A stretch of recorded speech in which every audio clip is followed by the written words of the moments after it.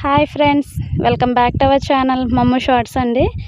So మన పల్లెటూరులో ఏంటంటే వరి చేలు పండించుకోవడానికైనా, లేదంటే మన చేపలు పట్టుకోవడానికైనా, లేదంటే వాటిని పెంచుకోవడానికైనా ఇలాగ ఈ విధంగా పెద్ద గుంతలా తవ్వేసేసి, అంటే నీళ్ళు ఊరే ప్లేస్లోనేనమాట ఈ విధంగా కొక్కిలెన్తో మొత్తం అంతా తీపించేసేసుకొని ఈ విధంగా నీళ్ళు అనేది స్టోర్ చేసుకుంటారండి.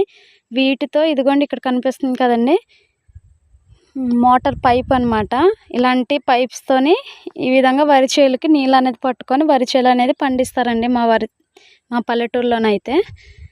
సో ఇది చాలా పెద్దగా తవ్వించారండి. మనకు రోడ్డు పడిందనమాట. అక్కడ కనిపిస్తుంది కదండి, అది రోడ్డు అనమాట. ఫోర్ రూట్స్ పెట్టారనమాట.